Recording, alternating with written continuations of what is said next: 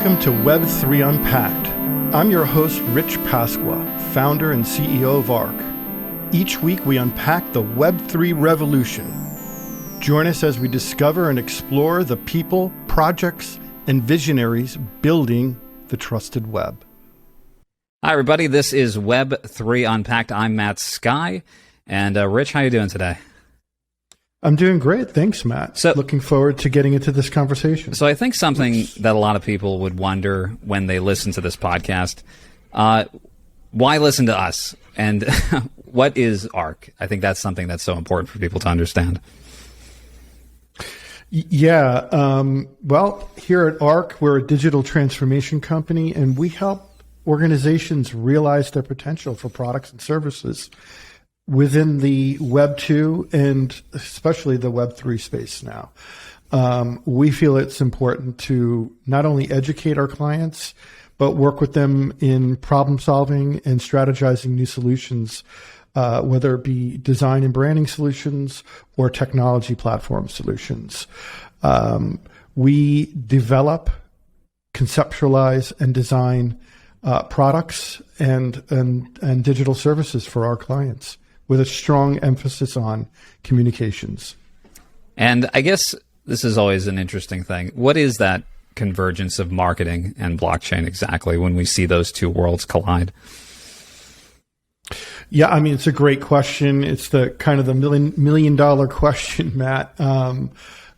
People are still trying to figure it out. We're trying to figure it out. You know, everyone is trying to figure it out. But there are some really interesting things happening now where people they only see NFTs, if you will, or blockchain as NFTs or Bored Apes or CryptoPunks, very art-driven, creative-driven expressions of NFTs. But there are some smarts behind it, meaning it is a contract that's, locks you in or locks your ownership in and creates an indelible connection between you and your digital asset, if you will.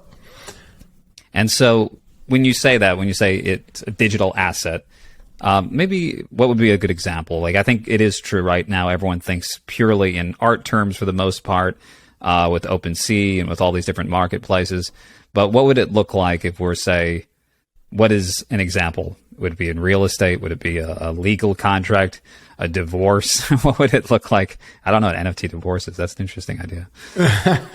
Well, all of the above and then some. So any time you need to create a trusted connection between two entities, two parties, whatever it may be, NFTs and smart contracts will be the vehicle in which you can do it. So yeah, real estate is one thing. You could have multiple parties partaking in the purchase of, say, land in Florida or a home in Florida, and there may be four parties.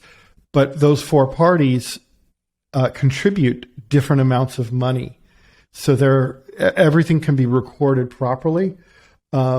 Assets can be divided equally without disruption and or debate, if you will.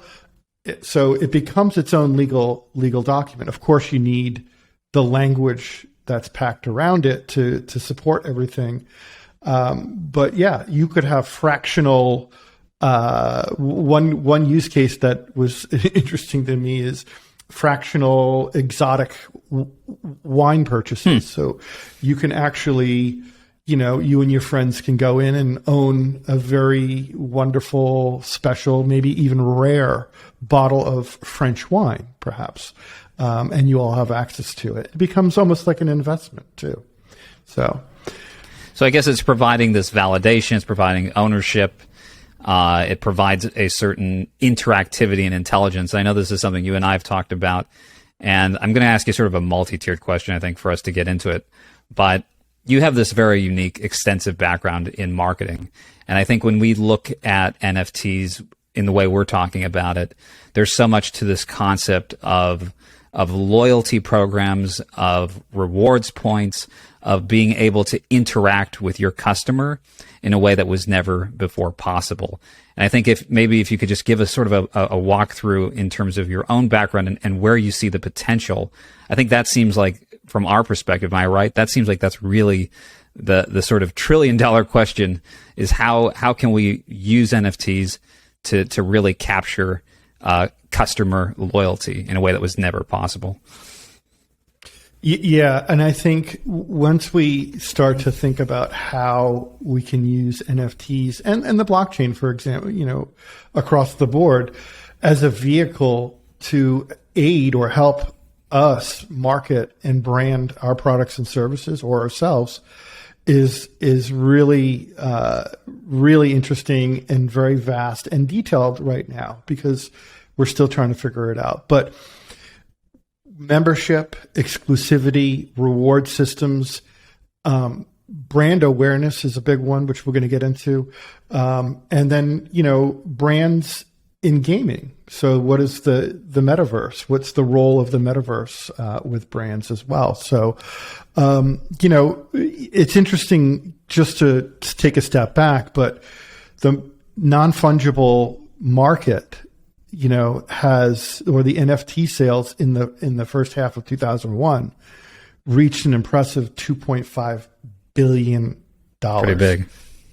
Yeah. So just starting off there, it shows that the market is growing and this foundation is growing, and people are finding new uses for it and transacting with it. So with that said, I think, the most important thing that brands and marketers and advertising folks really want to do is extend the life of their brand or their product's experience. When I worked at Nickelodeon, we built hundreds of games in support of the shows, and the shows and the characters themselves supported our games. So we had a pitch and a catch. And it was all within the idea or the vein of extending a child's interaction or playtime with, say, SpongeBob or Dora the Explorer. And it worked quite well. Areas where we're seeing things really pop up beyond the obvious validating ownership is going to be, you could have charities using this. And I think that's just kind of table stakes, because charities, now you can have a very, very, regulated or controlled means of accepting funds, and contributors know exactly where things are going. I think physical events are really, really attractive for NFTs. So instead of buying a concert ticket or a ticket to the Rangers game at Madison Square Garden, you'll have an NFT. Once you have an NFT, now you can add the smarts to it.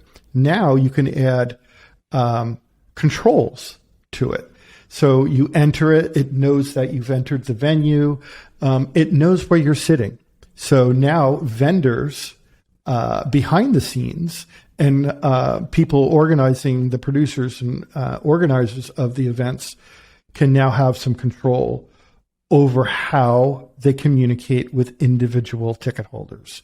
And that's super powerful, right? So you may have restaurants and, bars and, clothing shops for memorabilia that you want to take home or collectibles.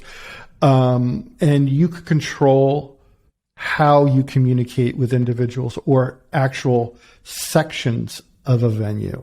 So you could control how the entire place exits or enters the building. You can control special discounts for food and beverages and other consumable goods. And now you put a little more control into the actual vendor's hands, but it also aids and helps the end user in the sense of, well, these are really cool things. I'm a big Ranger fan, or whatever event I'm at.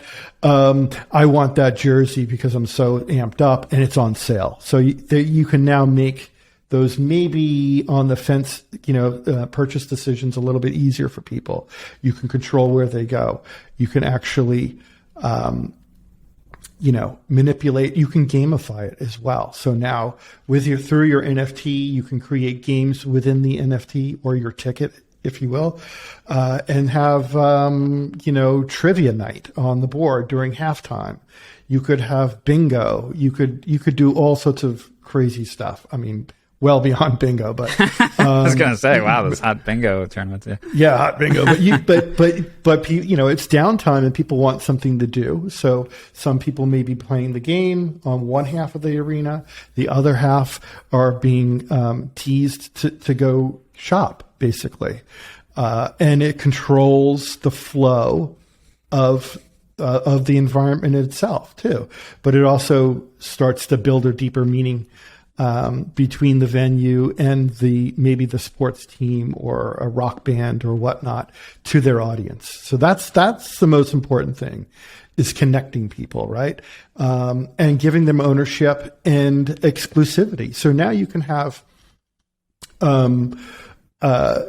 scenarios where, if you have an NFT, now you're privy to, say, someone's Discord server, which is something that we're going to be doing at ARC. Mm-hmm. You will be selling, NFTs to our Discord server, which will open you up to tons of free content, but also very exclusive content, whether that be analytics or, straight up thought leadership from our team. And actually, this is something I was thinking about as you were saying this. In a sense, today, you can create a loyalty program. You could create all these as apps, but you would have to create individual apps for each individual loyalty program. So you'd have to have your DoorDash points or your, whatever it may be that you're using to go to events. And I guess, ironically, when we say decentralization, am I correct that the biggest selling point is that the customer owns this membership truly and can use this cross-functionally across various brands so that there isn't just one source they have to keep going back to all the time? Yeah, I mean, it definitely depends on what scenario you want to set up. Some people want to cross-pollinate their products and services, so that's wonderful if you can share it across multiple services, or in some cases, they may want it to be very exclusive and create a walled garden around their products and services, because there is a barrier to entry. And, membership, for the lack of a better quote here, membership does have its privileges, that kind of thing. What do you think when you look at companies looking to utilize this kind of technology, blockchain, NFTs? Do you think, I mean, this is sort of a case-by-case basis, but do you think exclusivity is usually going to be the way, the superior way to a more open dynamic, or do you think we're going to see more and more of that cross-pollination? Yeah, I think, you're going to see, the Nikes of the world, selling sneaker NFTs. Their whole universe is predicated on, having the hottest shoes or vintage sneakers or Jordans or whatever you're collecting. So it's a little closed that way. But the interesting thing, beyond, collecting and keeping your stuff in your wallet and having NFTs, is the idea that brands can now create their own economy. They can also create, their own universe in which their customers, their fans, their loyal fans can now communicate and trade with each other. So it is a token, and tokens can be monetized, or there can be tokenomics wrapped around each product or NFT, so that there is this economic community where people can collect, buy, and trade the NFTs. And it's no different than what we have now, whereas, hey, I'm a coin collector, right? And, I belong to several numismatist, communities. What was that word? Numismatist. It's the, the term used for coin. I don't think I've ever heard that. That's a new one. I usually think of myself as having a decent vocabulary. Yeah, Matt, I only know that because I did work with the U.S. many years ago. It was fascinating, actually. Wow. But so there's economics around it.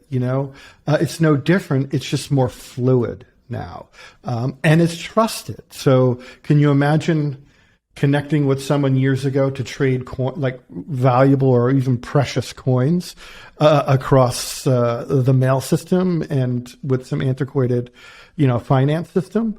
Obviously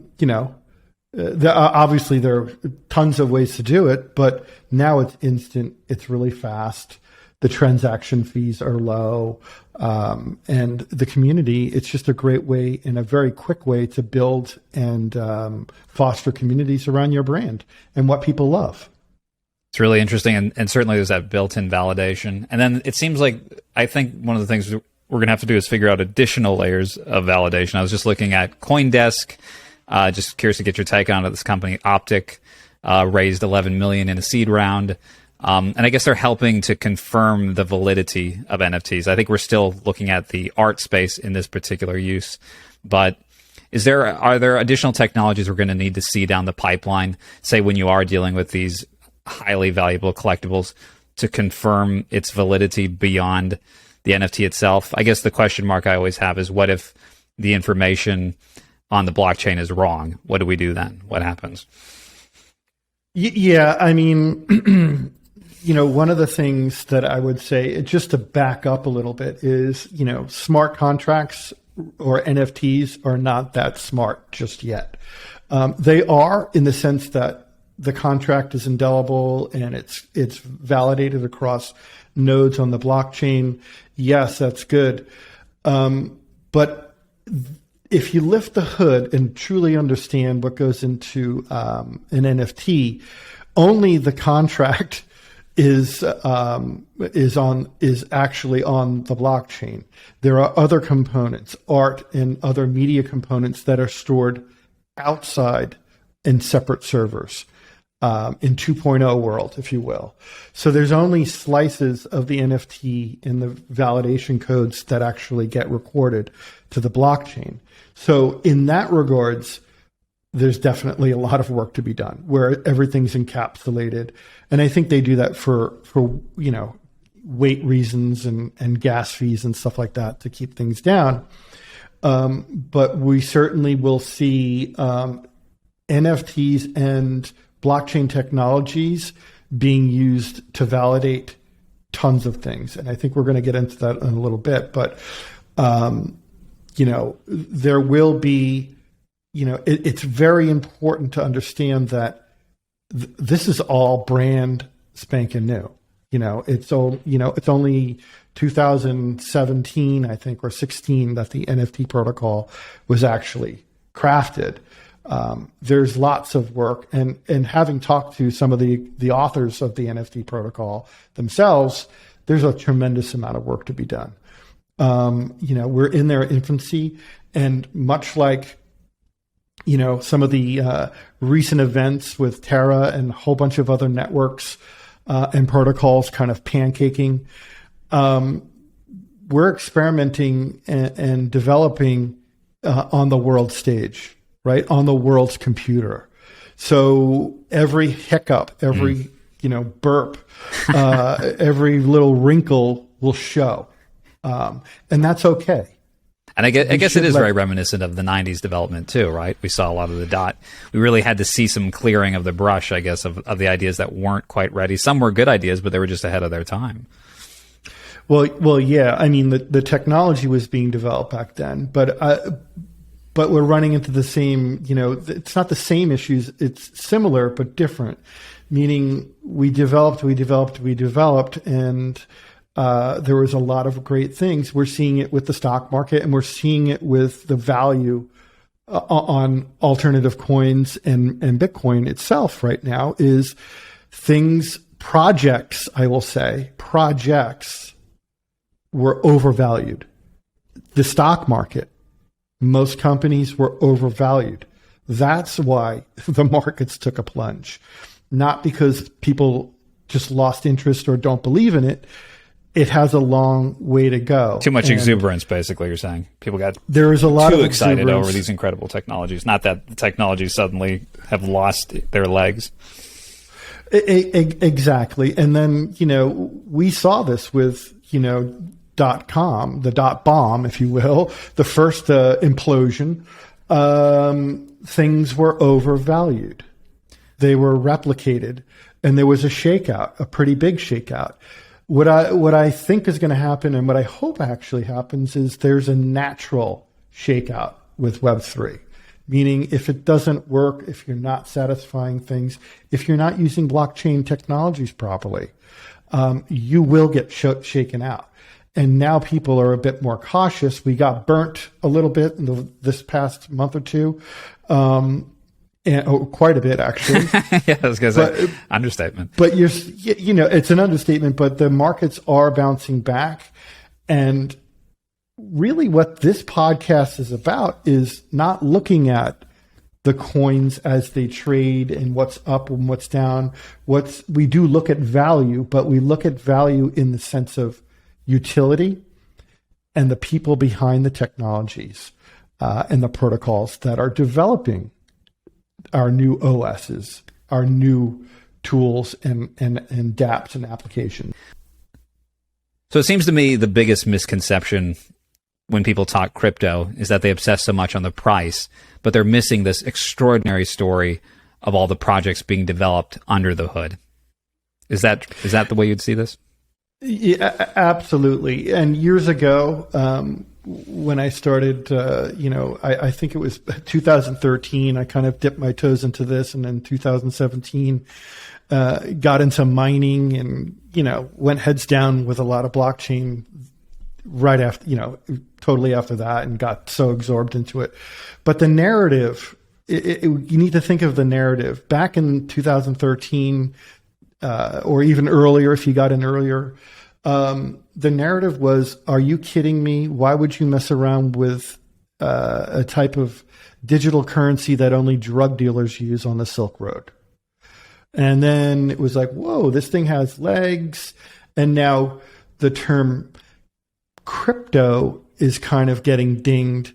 And it's not a dirty word, obviously. We all use it every day, but crypto has a connotation, the word itself, to finance, to trading, tokenization, and that's fine. But there is a giant world behind it. And just like, when I started to learn about finance many, many years ago, and started to maybe invest, funds into savings plans or the stock market itself, is the most valuable lesson you can learn is don't blindly invest in companies because they've got a great logo and you love the service. Lift the hood. Who's running the ship? What technology's behind it? Will it go out of date in 10 years? You have to understand the runway for some of these investments in technology companies, and it's the same thing for blockchain companies. Now, I think with some of these hurdles and implosions that have happened, it forces people inward. So now the narrative, through podcasts like the ARC's Web3 podcast. And other people, smart people out there who are talking about the utility and the function of these applications and technologies. That's exciting because then people are starting to understand the value behind it and actually the architecture that is being put in place.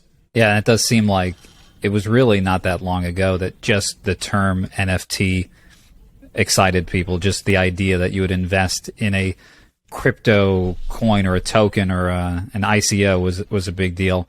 And now it seems like people are kind of saying, wait a minute, what do you have? What's the technology that makes you unique? They're more interested in that white paper. They want to know what you're proposing, not just, oh, this is going to be the hot new investment that's going to give me 3,000% returns.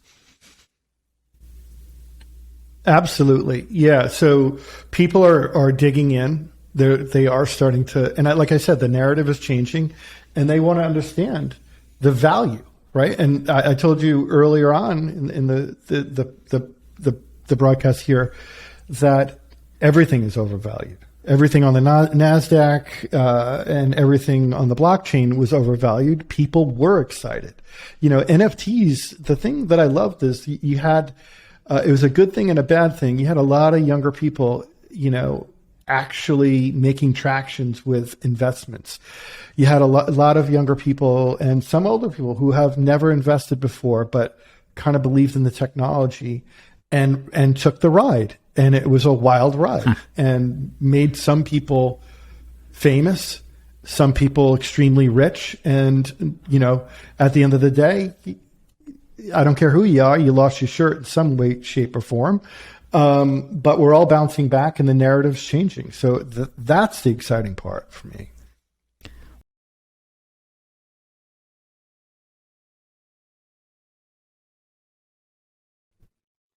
And so let me ask just what we look for when we're looking at, as ARC, when we're looking at interesting blockchain developments, when we're looking for interesting projects. What are the metrics we're measuring?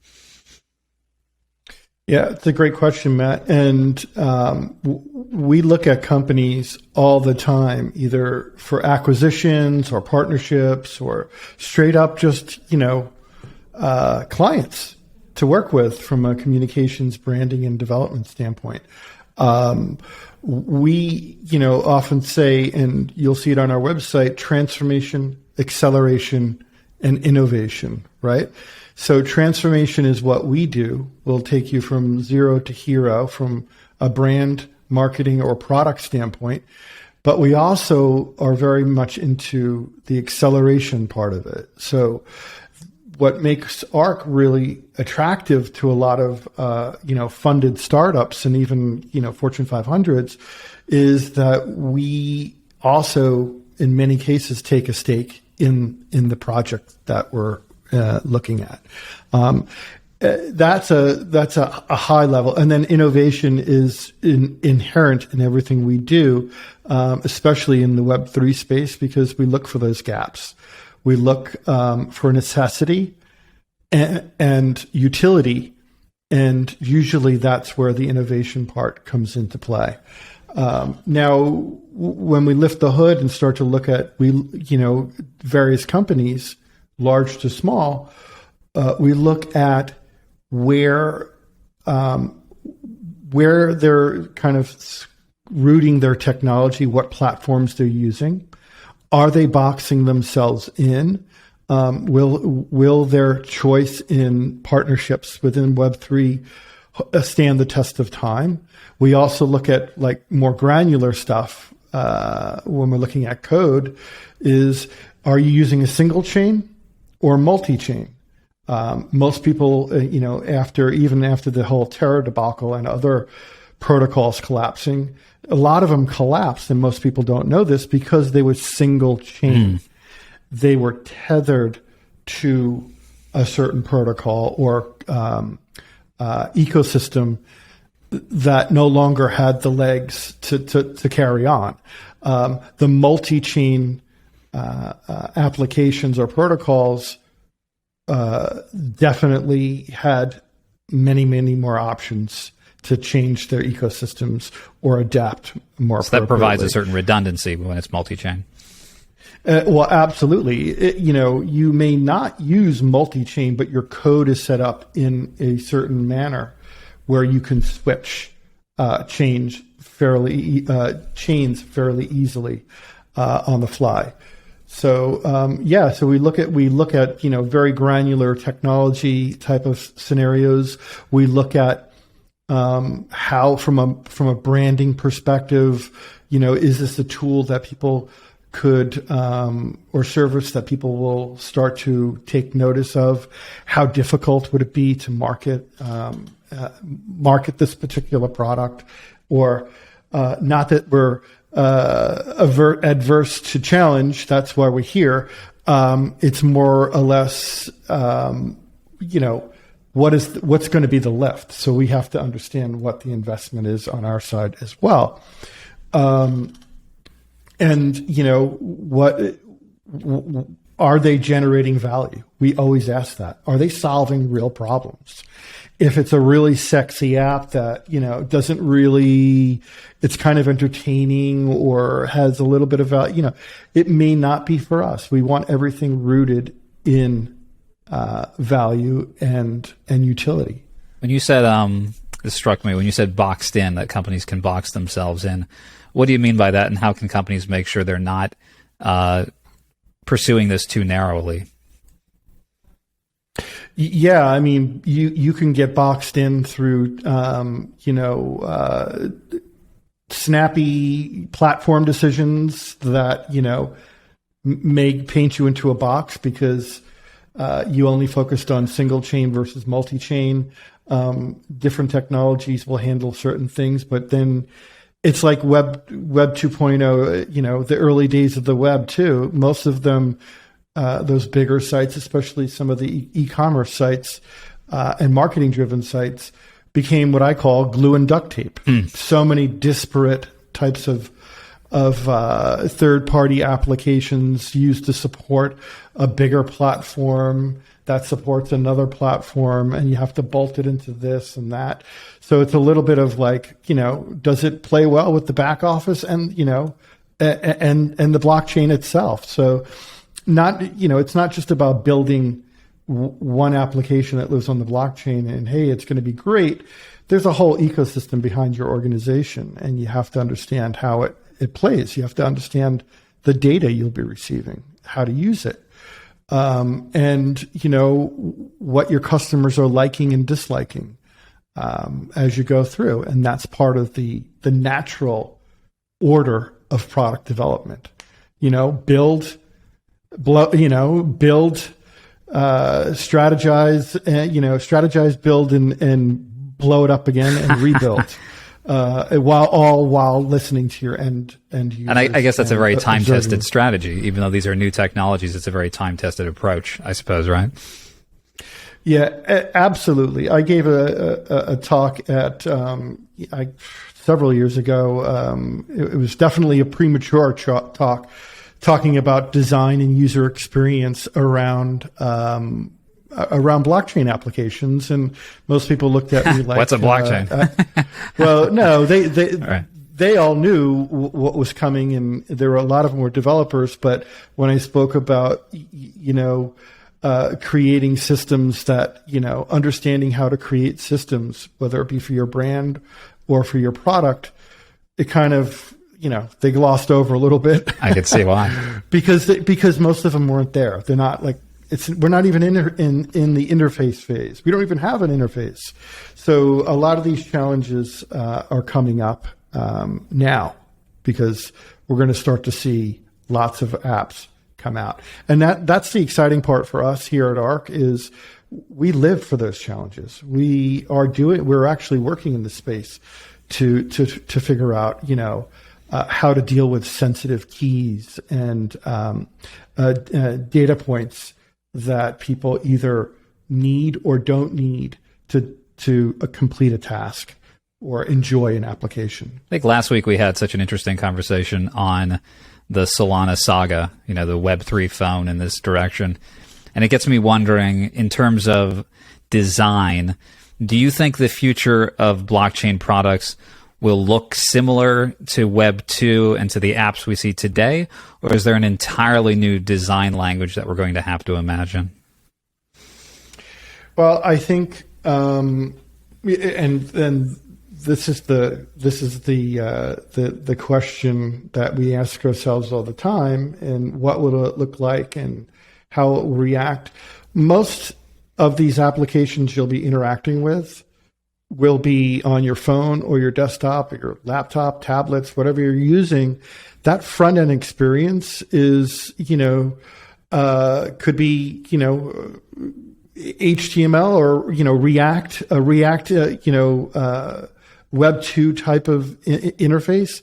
The types of interactions you will partake in, as far as transferring money, flipping coins to different, other, tokenomics systems, purchasing things. It's yet to, like, the first half of that's been figured out already, kind of. That experience, still connecting a wallet, is still, a bit kludgy.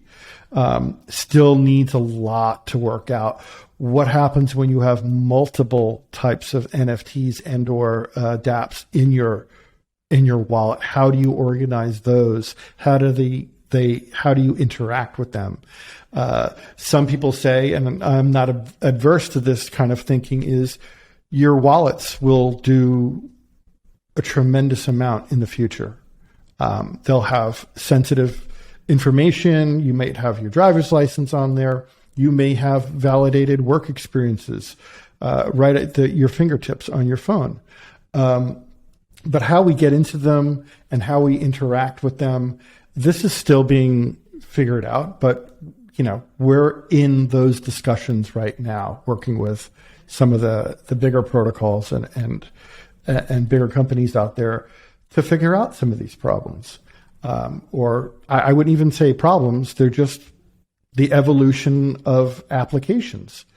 So the front end will look very similar. Hopefully will look similar, but maybe have a little bit of a different experience as far as dealing with funds and other information. And again, also, what content do you show? What content do you not show?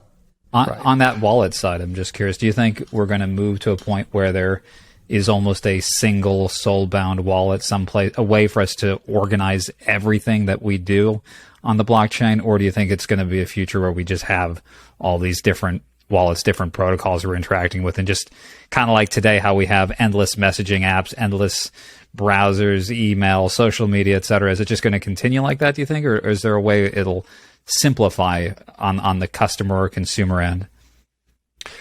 I think once we see tons of apps kind of being released, or enough apps being released, it's like everything else. Social networks have come and gone. Messaging platforms have come and gone, and people migrate because the tools are better, or the privacy is better, or whatever it may be. There's a lifespan to almost every application out there. So I think we have a lot of learning to do. So there may be someone who comes out with an Uber wallet, right? Not Uber's wallet. Yeah, right. You may have a blockchain Uber app in your wallet, but you mean Uber in the sense of the ultimate wallet. Exactly. It is the ultimate wallet, and you'll be able to browse stores right from there, make purchases, convert funds, and literally do tons of transactions within one environment.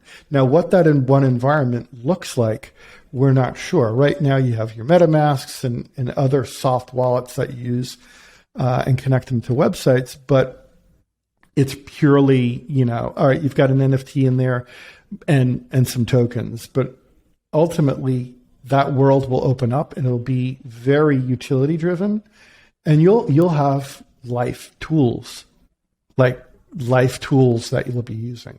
You may down the road have medical records, that you need at your fingertips, dental records, validated past work history that's been validated on blockchain. That's pretty amazing in itself, because how many fake LinkedIn accounts are out there, and how much trolling goes on just from a sales standpoint. So what it looks like, I think, will take time, and things will blow up and then, either expand or contract. And just like everything else, people will trust more different brands over others. But I think it'll be less about, that warm, fuzzy brand thing, and it's more about trust, right? And ultimately, at the end of the day, what drives what goes into our wallets, how we keep them and how we interact with them, will be predicated on trusted connections that you feel good about tapping on and interacting with. I guess it kind of is. It's interesting because it's almost reassuring to think about it that way, because when we see some of these companies and some of these projects flaming out, granted, it's not fun to be on the receiving end of having your project not work, but it also shows there's sort of a Darwinian component taking place here, where we're moving and consolidating toward what has utility, right? We're not just going to have millions of projects that people are endlessly excited about. We're actually starting to ask the pivotal questions, like what's the use here and what's the value here? And then the market will, I suppose, in the same way that it eliminated all the social media networks and we ended up with Facebook, or you had, if you remember when we had like 10 different major search engines from web crawler to InfoSeek, we finally landed on Google, and maybe something similar is starting to happen with blockchain projects and with crypto and with Web3. Yeah, absolutely. You'll see, things will blow up and then they'll simmer down, and you'll have a shakeout period. But I think what'll happen is, because of the nature of blockchain and the crypto universe in general, that cycle will most likely happen quicker. And people will flame out earlier rather than later. And it also is, all these projects are predicated on grants and funds and, fundraising, seed money and venture investments. There, the investors are going to start to ask questions. So these, deeper questions, and it's interesting because I hear from some of our clients is, Rich, we used to give a pitch like 2 weeks ago before the Terra Luna explosion. 2 weeks before that, we'd give a 20-minute pitch, deliver a white paper, and we'd have an answer in 5 minutes with funding. Wow. Now, exactly. Now it's, they got to give it the sniff test, lift the hood, go under, and rightfully so. They should have been doing that from day one. Now it takes the process longer. There are more detailed questions, and people truly want to understand the value you're bringing to the end customer, and what kind of legs does that have from an investment standpoint? Are you going to make me money at the end of the day? That's the real questions they're asking. It really is so reminiscent of the late 90s. There's this book I love called Effed Companies. And this kind of, this guy's snarkily making fun of all these different companies that tanked during the .bomb era.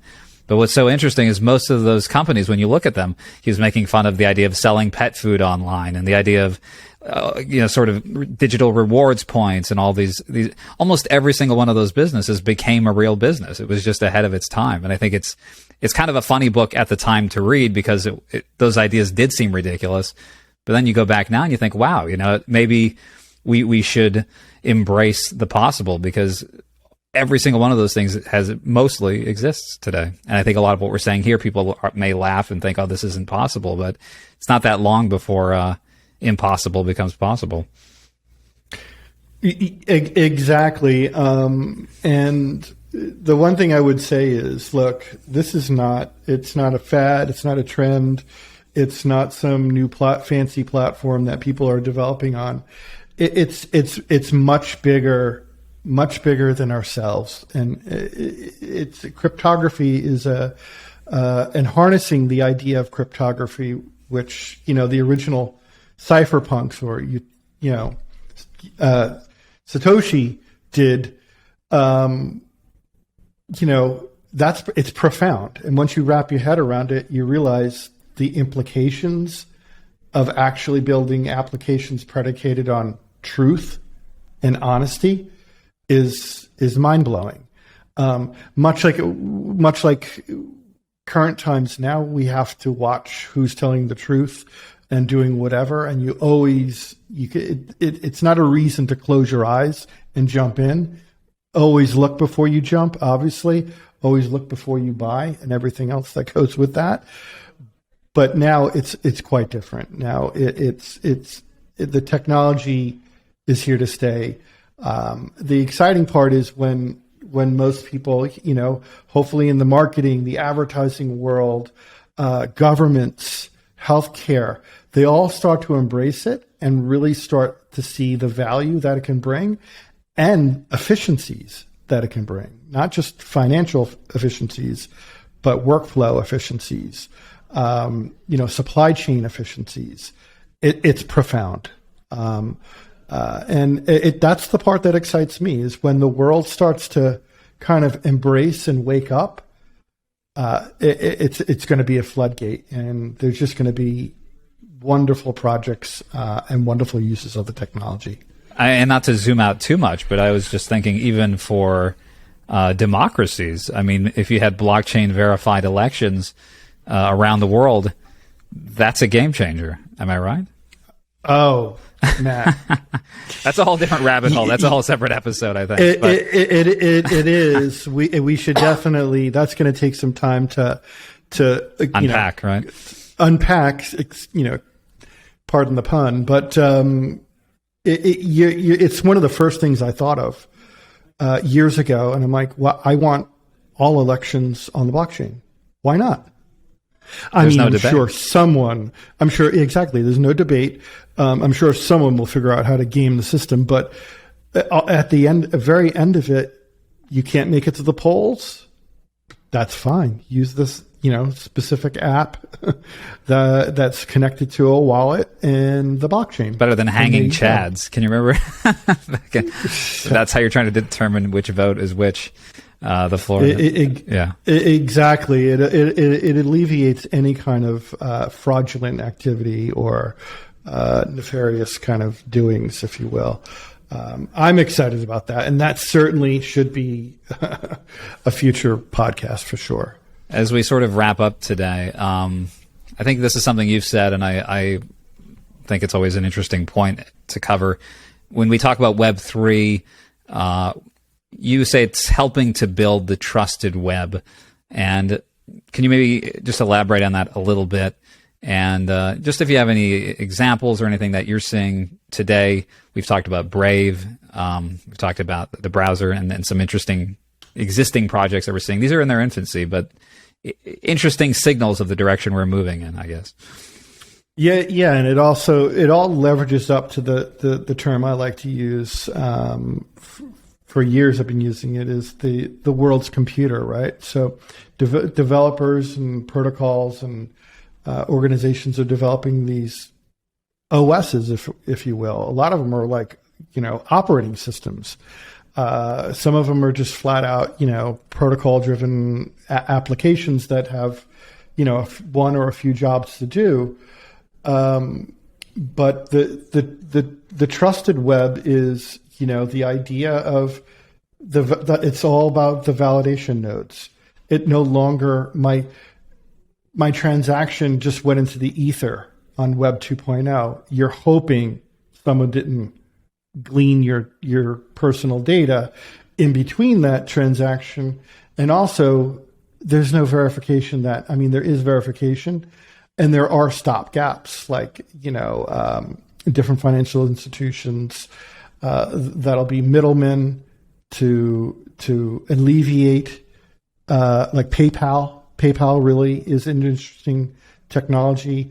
I've been using it for years for the simple fact that, it's easier on returns if there's fraudulent activity. It's a nice buffer between, potentially an unknown entity and your money. Right. So now with the trusted web, now it's still the web in essence, but now there's cryptography and validation points or checkpoints put into place. And that's why I like to call it the trusted web. You can now fully trust it. And I think that's going to have profound impact. And just on that sort of contemporary projects, what was that thing about Brave browser you were telling me about again? With the something around the way you can view ads and. Oh yeah, I mean Brave. I love Brave since they, the inventor of JavaScript developed the Brave browser, they set out to flip the advertising industry within the publishing world on its head. And I think they are doing that. And, you know, you can choose to see ads. And if you choose to see ads, you get, BAT tokens or basic attention tokens, right? You gave us your eyeballs for a few seconds. You looked at a bunch of ads, and now you've got tokens in your wallet. They actually do have a wallet connected to the browser. You can use it as simply as a browser with no ads. You can contribute to the community, and as far as looking at the ads, you can collect tokens. But the interesting part now is you can actually use those tokens to support other organizations across the web. So if there are publishers you really like, you know, I happen to like this writer. I tune into this person's podcast every day. You know, this guy wrote a great book. I want to give them a tip because I got something from them.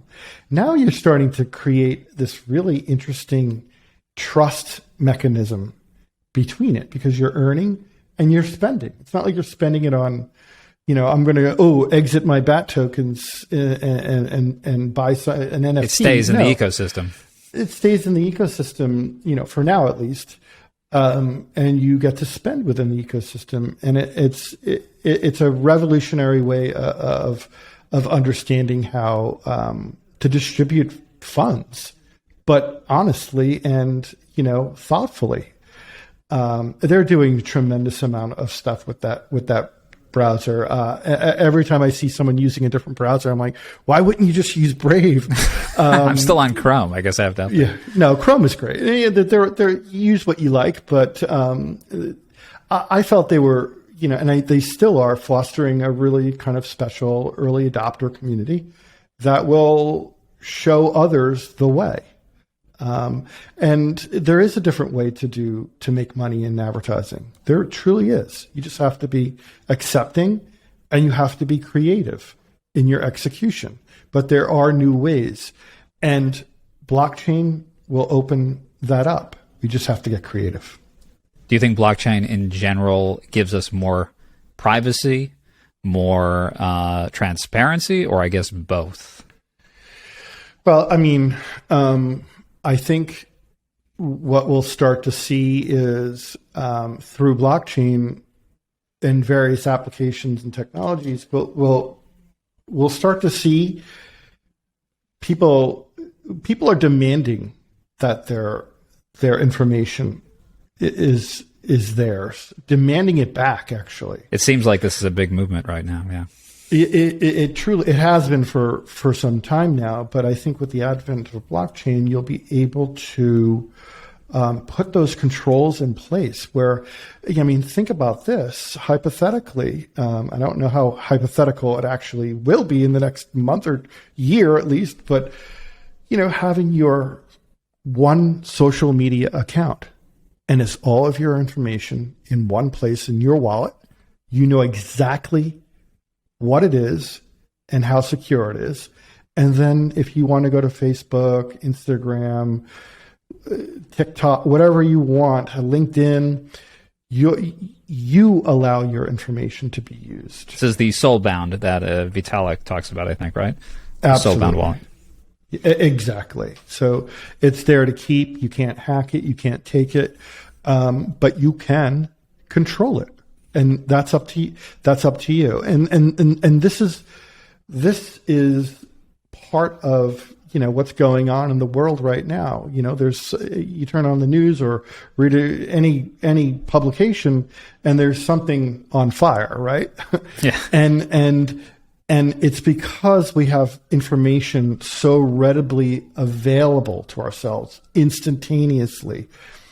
But it's also the idea of people really wanting more control over themselves, and potentially, you know, smaller governments or smaller institutions that run massive organizations that, you know, basically have faucets on people's data and in, you know, personal information, and it's bought and sold behind.